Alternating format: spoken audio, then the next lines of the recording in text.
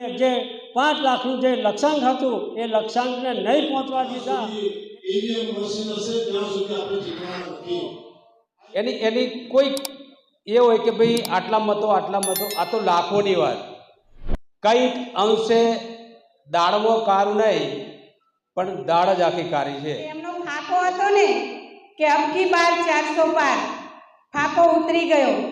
જે લોકોને વાયદા આપતા હતા, ગેરંટી આપતા હતા, એમને બીજા પાસેથી ભીખ માંગવાનો વારો છે. ઈવીએમમાં ગોટાળા નથી છે.